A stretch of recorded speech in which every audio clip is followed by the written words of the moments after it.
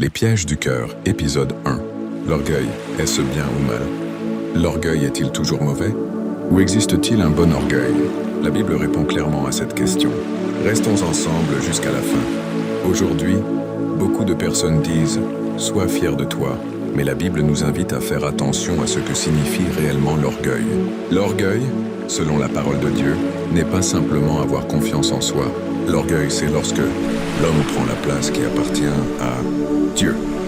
C'est lorsque nous pensons que nos réussites viennent uniquement de nous, que nous refusons les conseils, que nous méprisons les autres, ou que nous oublions que tout ce que nous possédons est un don du Seigneur. La Bible déclare « L'orgueil précède la ruine, et l'arrogance précède la chute ». Pourquoi Dieu déteste-t-il l'orgueil?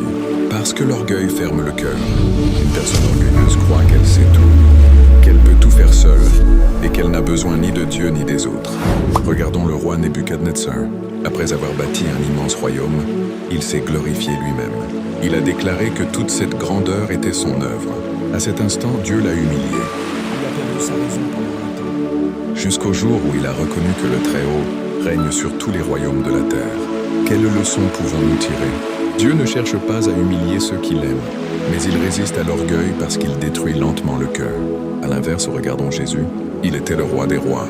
Pourtant, il a choisi de servir. Il a lavé les pieds de ses disciples.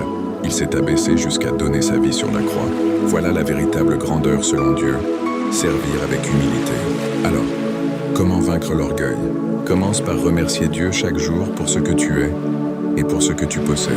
Accepte les conseils lorsque tu te trompes. Ne cherche pas les applaudissements des hommes, mais l'approbation de Dieu. Et surtout, rappelle-toi que sans Dieu, nous ne pouvons rien faire. L'humilité ne diminue pas une personne. Elle la rapproche de Dieu. Je termine avec cette promesse. Dieu résiste aux orgueilleux, mais il fait grâce aux humbles. Aujourd'hui, demande au Seigneur de sonder ton cœur. S'il y trouve de l'orgueil, qu'il le remplace par l'humilité de Jésus-Christ.